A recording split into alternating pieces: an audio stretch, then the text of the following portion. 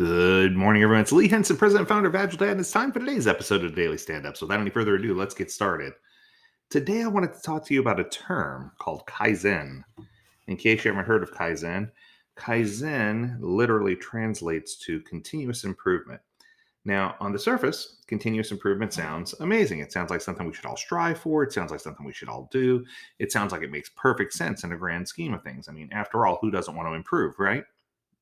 The problem comes in I can think of two situations. So let me give you two situations or two issues that I have with continuous improvement. Let's start with issue number one. So, issue number one, we have a team that's been working together for quite some time. They've become quite adept at what they do. They're doing very well. They're completing the items that are being allocated for them each sprint. They're not carrying work over.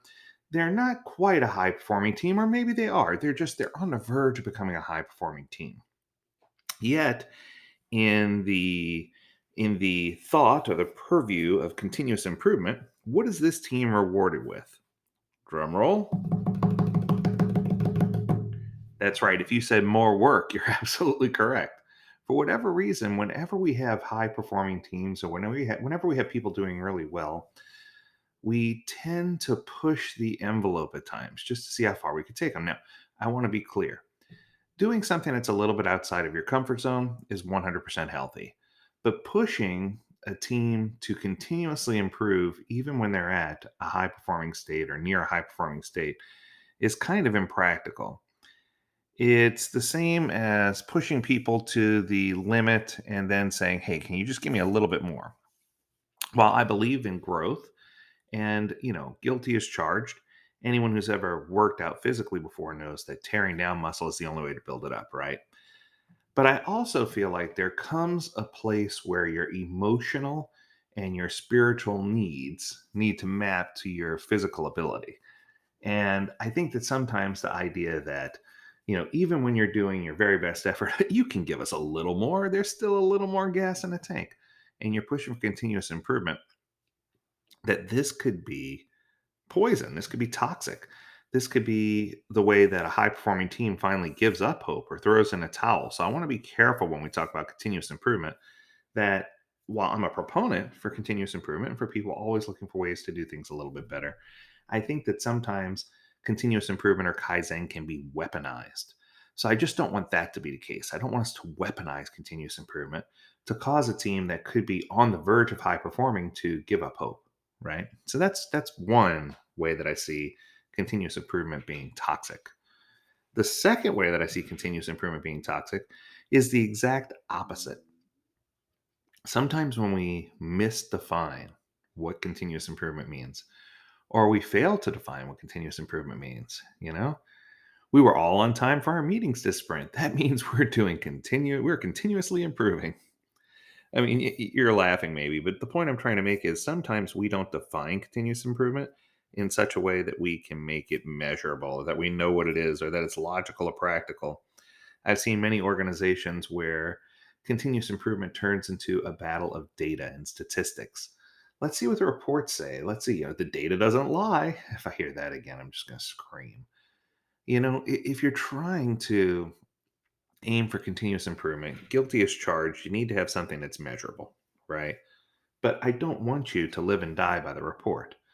I don't want you to find things that are so small to improve on that it's not giving the team an opportunity to grow. And I think that's part of the problem. I think that teams and organizations aren't with a clear understanding of exactly what continuous improvement means to them. So as a result, by not defining continuous improvement, it would be the same as working without a definition of done, or without a definition of ready, or without understanding a team working agreement. So part of this Kaizen movement or continuous improvement is that one, you have to define what improvement means, and two, you have to define where the limit or threshold for improvement is. Because to be honest, I'm not saying that a team can't improve or they'll reach a state where they can never improve, right? I'm not saying that at all. But what I am saying is that the bar or threshold for improvement has to pivot or adjust a little bit based on where the team currently is. And I think this ties back to a previous episode we did about meeting teams where they are. If you're inside of your organization and you're not meeting the team where they are and you're asking them to continuously improve and setting unrealistic goals, that could be disheartening and cause the team grief. And in fact, quite honestly, could cause them to fall away from what they're trying to do. So I think the key here is here are the top three, or the three tips that I could give you to make this work. So number one, define what improvement is and how you're going to focus on continuous improvement and what that means to your organization. Two, don't live and die by the charts or by the reports, right? Even though data is strong and data is king, you need to take into consideration people's feelings, emotions, thoughts, where they are in their career, what tools they have, if they're doing new work or not, right? There's a lot of things that factor in. And three, don't weaponize Kaizen or continuous improvement to kill a high performing team. So try to keep it short and sweet.